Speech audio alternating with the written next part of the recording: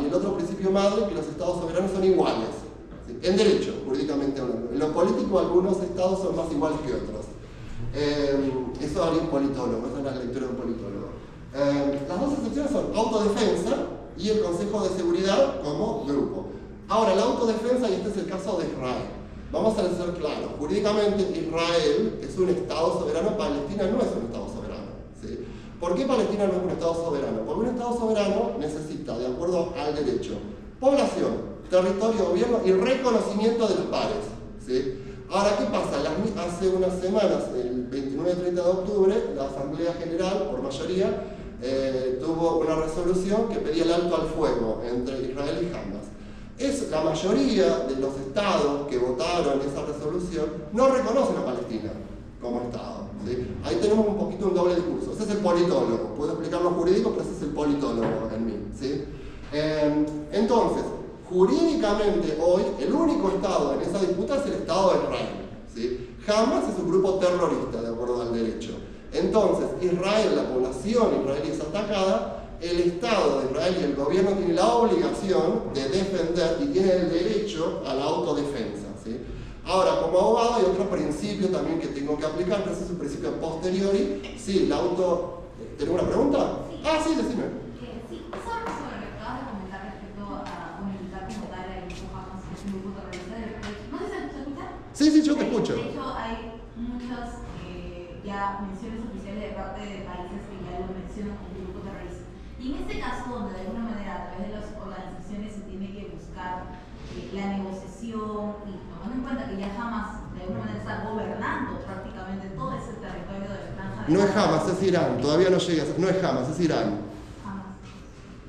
No es Hamas, es Irán. Ok, ya. Entonces, en ese sentido, ¿cómo debería ser el mecanismo de diálogo para aquellos que... Es lo que voy a, la parte al final, la multidimensión. No, está muy buena la pregunta, porque justamente la respuesta que nuestras organizaciones internacionales están fallando en contestar. Saben la respuesta, no quieren contestarla, y estoy siendo grabado, me atrevo a decirlo.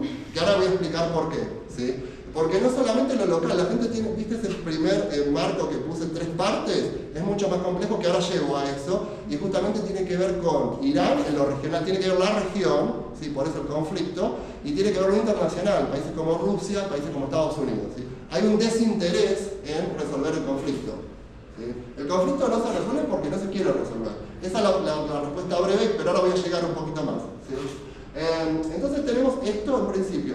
Lo que decía, no estoy a favor ni en contra de lo que está haciendo Israel, lo estoy explicando como abogado. Sin embargo, incluso como abogado tengo que ver otro tema. ¿Es la respuesta de Israel proporcional al ataque? Eso es otro tipo de pregunta, ¿sí? En donde pueden existir derechos que tengan que ver con violación a derechos humanos.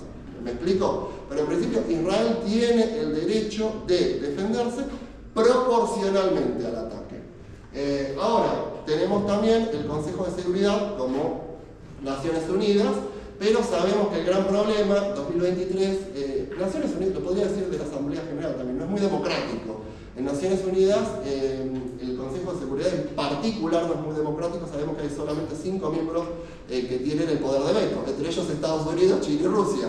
O sea que cuando ellos están en conflicto, lo vimos en el conflicto armado entre Rusia y Ucrania. ¿Sí? Pero bueno, dejo una pregunta abierta. ¿Por qué? Porque cuando no es muy útil el Consejo de Seguridad, Estados Unidos o Inglaterra, pues el Reino Unido tiene acceso a la OTAN. ¿Sí? Entonces, un poquito respondiendo a tu pregunta, y la voy a seguir respondiendo del resto, estas organizaciones internacionales, ¿cuán útiles son? Útiles en lo dialógico, pero en el tema de cuán efectivas son para solucionar estos conflictos no tengo mucha esperanza. Y soy un optimista, pero no tengo mucha esperanza. Entonces, organismos, empiezo por la Carta de Naciones Unidas, no solamente los principios que hablaba, sino que tenemos una serie de órganos. Desde el secretario o la secretaria hasta la Asamblea General pueden de alguna manera hacer algo. A manera moral, a manera de consejo, resoluciones no vinculantes, pero sin embargo pueden tener un peso político-moral, como por ejemplo el pedirle el alto al fuego a Israel. Jurídicamente no es vinculante, repito. Ahora, en el derecho internacional particular, hablo de particular y no regional, porque algunos autores hablan de regionalismo. No, el derecho global tiene que ver con la mayoría de los países, Naciones Unidas. El derecho en particular tiene que ver con regiones o temas, porque la OTAN no respeta regiones, y sin embargo es derecho internacional, ¿sí? Esto tiene que ver entonces con derecho internacional en particular, definido a través de regiones o definido a través de algún tipo de tema como el uso de la fuerza. Bueno, tenemos una serie de organismos internacionales, uno de ellos es nuestra OEA, Organización de Estados Americanos. Todos estos organismos, de una forma o de otra, incluyen la carta, el menú de procedimientos. Un poco lo mencionás vos, arbitraje, mediación, etcétera, etcétera. La Corte Internacional de Justicia, la Corte Interamericana de Justicia, replican, haciéndolo ver, cortan y pegan la Carta de Naciones Unidas. Y los procedimientos son muy similares. O sea, tenemos un menú de órganos de organizaciones, tenemos un menú de procedimientos. Y tenemos, esta es mi clasificación del 2017, un menú de remedios para solucionar este tipo de conflictos. Bilaterales, unilaterales, multilaterales. Desde la independencia, a través de la autodeterminación, hasta el congelamiento de la soberanía, el caso Antártida, la fórmula Hong Kong, el leasing con garantías para devolver el Estado, etcétera, las Islas Alang, la Corte Internacional de Justicia, etcétera, etcétera, etcétera. O sea, tenemos un menú de organismos, un menú de procedimientos y un menú de remedios y no podemos solucionar ninguno de estos conflictos. Algún problema tenemos, ¿sí? El problema que veo justamente que lo estudiamos, lo analizamos y lo tratamos de resolver unidimensionalmente o en forma fragmentada o segmentada. Y acá me detengo esto siempre lo hago a propósito porque ya es un poco mucho el tema de conceptos. Entonces pongo una nota de color, es una historia que viene de la India, no es mía, y la uso como metáfora para explicar cómo estudiamos estos conflictos. La historia tiene que ver con 6 hombres, subrayo 6 hombres ciegos que por primera vez se encuentran con un elefante. No sé si conocen la historia, ¿no? Entonces se trata de explicar cada uno, el uno al otro, qué es un elefante, porque es la primera vez que encuentran un elefante. Entonces uno comienza a tocar la pata del elefante y explica a los demás. Este elefante tiene forma cilíndrica, parece ser bastante alto y robusto. El elefante debe tener la forma de una columna, ¿sí? Otro dice, está totalmente equivocado, el elefante no puede tener forma de columna tocando la cola, ¿por qué? Porque no es ancho, no es muy alto y es muy rugoso. El elefante debe tener forma de cuerda, ¿sí? O de soga. Y un tercer ciego le dice, ustedes están completamente equivocados tocando el lomo. El elefante es muy alto, no tiene forma cilíndrica, parece interminable, el elefante debe tener forma de pared, ¿sí? Etcétera, etcétera, etcétera. La moraleja de la historia, de alguna manera, todos los ciegos estaban correctos en su interpretación. Sin embargo, todos ellos se equivocaron en explicar cómo era el elefante, ¿sí? Y acá a propósito puse solamente ejemplo de hombres porque se ven pocas, y esto no es pro mujeres, pero se ve poca teoría feminista en este tipo de cosas o poca voz femenina. No lo veo solamente acá en Latinoamérica, lo veo en el Reino Unido por más que hablamos de inclusión, etcétera, etcétera, etcétera. Es moda, no es inclusión eso. Entonces acá, Boris Johnson, Vladimir Putin, Donald Trump, Alberto Fernández, Argentina, Imran Khan, Pakistán y Benjamin Netanyahu, Israel, ¿sí? Tienen visiones distintas de los mismos conflictos. Ahora, no son ellos solamente nuestros líderes que no están liderando, son también, dependiendo de la disciplina, o un periodista, o un hombre militar, o un abogado, o un político científico, piensan distinto, justamente expliqué el concepto de Estado, el concepto de soberanía, piensan distinto y observan distinto y estudian de distinta manera el mismo fenómeno. Llámalo segmentado, yo lo llamo unidimensional. ¿Por qué? Bueno, esta es la colección de libros. El primero tuvo que ver con una teoría, el 2017, que lo presenté acá en Lima, en la de Porres, en el 2017, la primera vez que vine. Me preguntaba, como sé que la gente es egoísta, parto de esa base, y el COVID lo demostró una y varias veces, entonces me planteó que harían seres no egoístas razonables en conflictos y tomé 3 casos: Gibraltar, Malvinas y Cachemira. ¿Cómo podrían solucionar ese conflicto? Es teoría jurídico-política y relaciones internacionales. Ahora, la crítica que es basada en la metodología rawlsiana, no en la teoría de Rawls, John Rawls, teoría de la justicia, en la metodología rawlsiana, puede ser que es un texto ideal, ¿sí? Una historia Disney. Entonces lo que hice en el 2020 fue justamente investigación empírica, casos regionales y dividí el mundo en regiones. Las Américas, un capítulo entero, Asia, Europa, etcétera, etcétera, etcétera. Que el próximo libro, el cuarto, va a ser exclusivamente un libro sobre las Américas. En el 2020 fue un capítulo, ¿sí? Y entonces lo que hago ahora, como tenía la investigación empírica y esa base teórica y esa ficción que creé en el 2017, entonces propongo cómo justamente cambiar el paradigma, cómo estudiar este tipo de conflictos para esperar de alguna manera abordarlos. No sé si solucionarlos, pero por lo menos abordarlos de una forma en donde no tengamos las atrocidades que hoy estamos viendo alrededor del mundo. Lo voy a explicar, esto sería lo que llamo pluralismo de pluralismos. Hablo de agentes, no de estados, porque en derecho y política internacional hablamos de estados generalmente.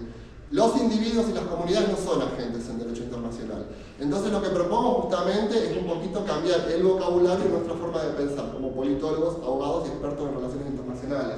Porque obviamente tenemos estados soberanos, pero tenemos individuos con injerencia directa e indirecta en conflictos, ¿sí? Hay familias, por ejemplo, en conflictos en África, ex-tribus, ahora familias gobernantes que les interesa que el conflicto se perpetúen, ¿sí? E individuos que aseguran su poder. El caso, por ejemplo, que me toca Malvinas, al perder la guerra de Malvinas, la Junta Militar tuvo que dejar el gobierno y tuvimos democracia en Argentina al año siguiente, en el 83.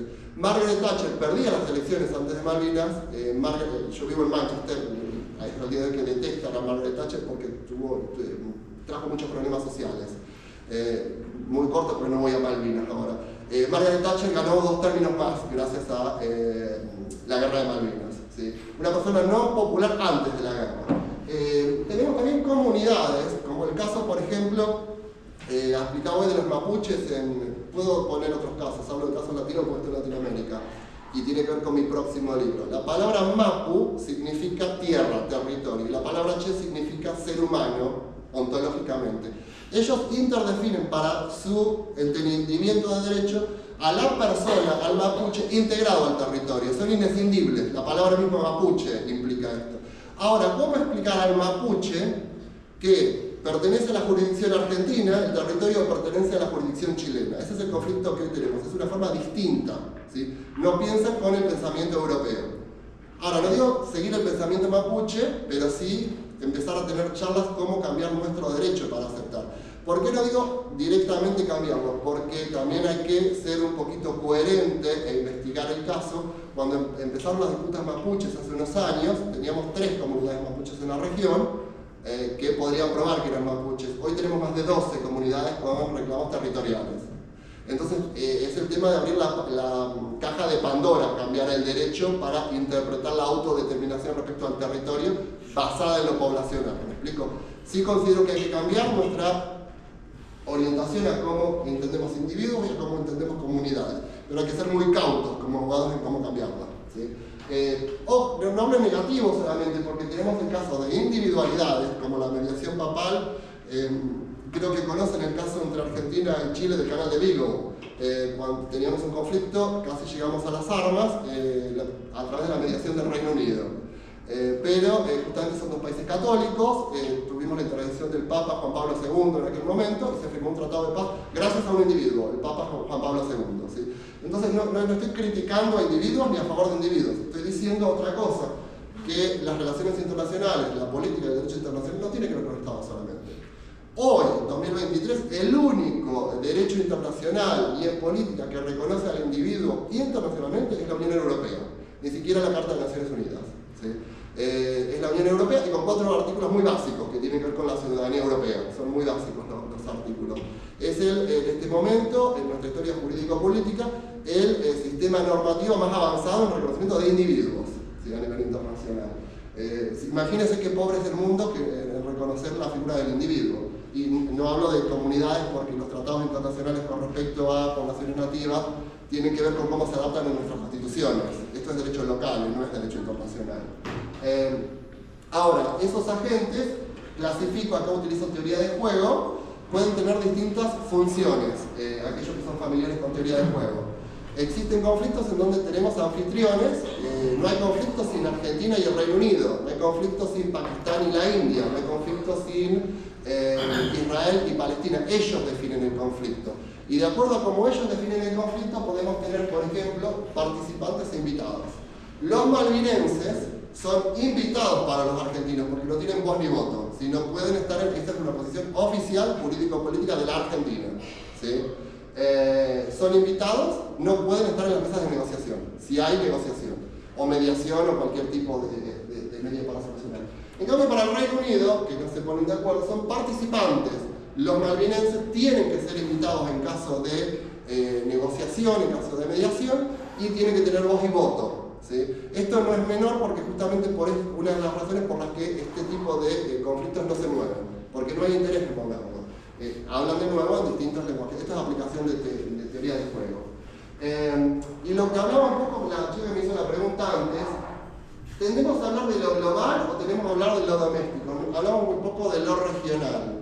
Y esto tiene que ver con mi libro del 2020, es una de las razones por qué Latinoamérica, las Américas en general, Latinoamérica en particular, somos la región más pacífica del mundo, porque quienes garantizan los tratados son nuestros vecinos. Cuando hay tratados entre Argentina y Chile, generalmente es Brasil, o puede ser hasta Estados Unidos, pero digamos que son parte de la región, les interesa la paz en la región. Y es un poco lo que no llevo a entender por qué no, una fórmula que ha sido muy exitosa en las Américas, en particular en Latinoamérica, porque repito, somos el territorio más pacífico en este tema, no ha sido aplicada en otras regiones del mundo. Esto tiene que ver con falta de interés, creo, porque no creo que sea la única persona, en 8 billones de personas, que se entere de esto, ¿sí? Esto no es que descubrí algo nuevo, es simplemente parte de la investigación. Entonces me parece que falta un poco este nivel de regionalidad, porque tendemos a estudiar o lo doméstico, ¿por qué Hamas? ¿Por qué Palestina? O lo global internacional, ¿por qué Estados Unidos? ¿Por qué Rusia? Pero ¿qué pasa con Irán en la región? ¿Sí? ¿Por qué subrayo Irán? Porque quizá como argentino me toca más, tuvimos una bomba en la AMIA, la sede judía en Buenos Aires, en la década del 90, y toda Argentina sabe que Irán estuvo detrás de la bomba. No se investigó mucho más porque los fiscales que investigaban los casos fueron asesinados, coincidentemente. Pero esto es porque Argentina tenemos una de las poblaciones judías más grandes del mundo. No estoy a favor ni en contra, pero es un hecho esto, y es un hecho probado que Irán es quien mantiene Hamas en la región. Pero bueno, nos falta esto. O es doméstico, Palestina, Israel, o es global, Estados Unidos, Rusia. No digo descartar esos niveles, ¿me explico? Pero es un poquito más complejo. Y acá distintos tipos de visiones, yo los llamo realms, que tienen que ver con el contexto de otra forma definida. Los fácticos, los axiológicos, me detengo solamente en lo normativo para poner un ejemplo. Hablo normativo, no legal, porque acá hay distintos sistemas normativos en juego. No es solamente lo jurídico, es lo moral y es lo religioso, sea como excusa o razón directa, o sea como excusa o razón indirecta.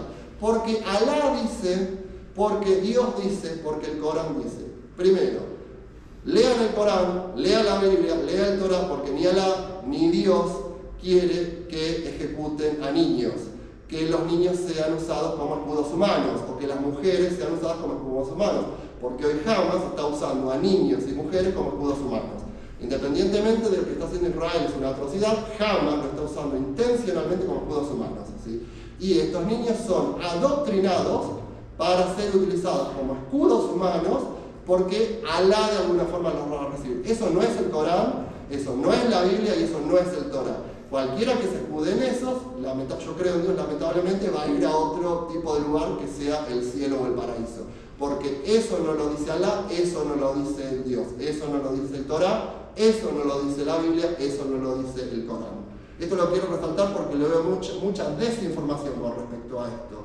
Un buen musulmán sabe que Alá no permitiría el sacrificio de chicos y de mujeres. Un buen judío sabe lo mismo, ¿sí? Si leen los textos abrahámicos, porque los textos abrahámicos no piden eso de ninguna de las tres poblaciones. Esto repito porque es muy fácil decir la religión y los LGBT, la religión tiene que ver. No, no es la religión, es manipulación, es lo que los tres textos llaman falsos profetas, ¿sí? Es manipular justamente, intencionalmente, malintencionadamente, la pasión religiosa. Bueno, y esto tiene que ver justamente con distintos objetos, desde lo cultural del derecho, lo natural, no sé, un río que atraviesa, hasta lo metafísico, Dios o Alá, qué tipo de juego tiene.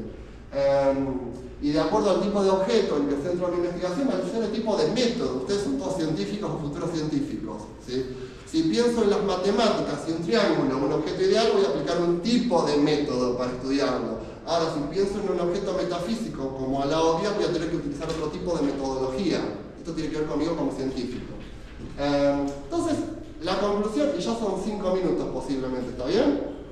La conclusión es, un singular o fragmentado o segmentado modo de pensar, sea político, sea jurídico, incluso sea científico, no es suficiente para entenderlo, menos para solucionarlos. ¿Por qué? Porque este tipo de conflictos tienen elementos racionales que tienen que ver con el derecho, la política, etcétera, etcétera, etcétera, pero tiene que ver con elementos no racionales, desde elementos metafísicos a elementos como el nacionalismo y la pasión. Y vuelvo al ejemplo de Malvinas. Hay dos elementos o cosas que unen al argentino, el fútbol y las Malvinas. Las Malvinas es parte del ADN desde que nacemos. ¿Sí? Esto sucede, ¿por qué pongo este ejemplo? Porque entiendo, no justifico, pero entiendo la forma de pensar de Israel y entiendo la forma de pensar de Palestino. ¿Sí? Cuando se nace con odio y se consume odio, pero esto no tiene que ver con nuestras ciencias, esto tiene que ver con factores no racionales. ¿Sí? Que de alguna manera, por no ser científicos, los descartamos. Claro, no vamos a entender nunca este tipo de conflictos y abordarlo de la manera que debería ser abordado. Entonces, una persona con IQ básico, y estoy siendo derivativo, digo a esto a propósito porque yo trabajo y he trabajado muchos años, esta presentación la podría haber hecho con lengua de señas y de ninguna manera estoy siendo no inclusivo. He trabajado con gente down, autistas, gente con dislexia, etcétera, etcétera, etcétera. Esto es justamente tratar de hacer una parodia, porque gente con tantos títulos no se da cuenta que esto no es el conflicto es esto. ¿Sí? Justamente la manera de estudiarlo tiene que ver con aceptar que este conflicto tiene varios pluralismos y si queremos de alguna manera entenderlos necesitamos expertos que tienen que ver con estos varios pluralismos. ¿Sí? Un tratado internacional no soluciona estos conflictos. Un político no soluciona, menos sin intención, soluciona estos conflictos. O atacar solamente a Hamas sin tener algo que ver con Irán no soluciona el conflicto tampoco. ¿Sí? Que de hecho va a escalar, esto lo predigo también, va a escalar a nivel internacional, esto se va a ir, porque ya tuvimos el caso en Argentina hace unos años. Si no se soluciona esto se va a poner cada vez más complicado a nivel regional y global. Entonces justamente lo que propongo no es descartar, sino repensar la forma en que abordamos. A eso llamo un nuevo paradigma multidimensional. Y la última parte, que acá sí que no voy a explayar mucho porque es muy complejo, trato de hacer amena para gente que hace derecho, ciencias políticas o cualquier otra ciencia, ¿sí? Pero es un poco más complejo. Una persona con una base científica unidimensional vería estas disputas horizontalmente o vertical. Vertical a lo Putin. ¿Soy soberano o no soy soberano? Horizontal a manera de Naciones Unidas. Somos todos estados soberanos iguales, ¿sí? En derecho. De alguna manera transversal sería el politólogo. Somos todos soberanos iguales en lo jurídico, pero algunos somos más iguales que otros. ¿Sí? Ahora, esa no es la única forma de pensar. Hay dimensiones no lineales. Esta es mi clasificación, hay muchas más. Pero, por ejemplo, autorreferida. El conflicto lo creo yo y lo mantengo yo. Sea Putin, sea Netanyahu o sea Hamas. ¿Sí? Sean actores jurídicos, actores políticos u otro tipo de actores religiosos, etcétera, etcétera, etcétera. Regresivos, algún tipo de disputa que parezca en vía de solución, pero que San Andrés, que en principio la Corte Internacional de Justicia, el caso Colombia-Nicaragua, lo resolvió, el caso no está resuelto. El caso no está resuelto y continúa perpetuándose porque por la población raizal, población implantada en el territorio, por los británicos, ¿sí? Etcétera, etcétera, etcétera. O sea, hay formas distintas de pensar, no solamente la verticalidad y la horizontalidad. Esto no voy a explicar. Lo que propongo una serie de principios avalorativos, lo que yo llamo cosmopolitanismo, positivo exclusivo, una serie de principios básicos que cualquier cultura aceptaría porque no tiene nada que ver con sus propios valores morales. De nuevo, no caigo a esto para no hacerlo muy pesado. Y la invitación, y acá son los 2 minutos finales. Cualquier persona que le interese, porque el próximo paso es justamente articular el libro del 2020, ese capítulo sobre conflictos en las Américas, en el próximo libro que ya tengo el contrato, que será, lo tengo que entregar el año que viene, será publicado en 2025, exclusivamente sobre disputas territoriales en las Américas, aplicando esta metodología. Son 10 capítulos, ya tengo los primeros 4 en borrador, y estoy invitando solamente a gente de las Américas o que viva en las Américas, obviamente bilingüe. ¿Sí? Obviamente van a ser reconocidos, el autor soy yo, pero van a ser reconocidos, y esto me comprometo porque es lo que hago con todas las ediciones y todos los libros que he publicado. Mis regalías van a Brasil, a una fundación de la que ahora voy a hablar en la etapa final. Así que están invitados, dejo mis datos de contacto, tengo las tarjetas acá, pero por favor no sientan ningún compromiso porque, repito, no pierdan su tiempo ni me lo hagan perder a mí, porque escribir cada libro me lleva 3 años. Me explico, no soy ni el mejor ni el peor escritor, pero sí sé que tomo las cosas seriamente. Porque tiene que ver con una pasión, no solamente con publicar un artículo más o un libro más. Entonces, cierro con una cita de uno de los autores latinos, justamente de Argentina, traducción mía, que tiene que ver con distintas tribus, profesando distintas religiones, hablando de distintos lenguajes, decidieron tomar una decisión bastante extraña, decidieron ser razonables. En vez de focalizarse en sus diferencias, decidieron focalizarse en sus afinidades.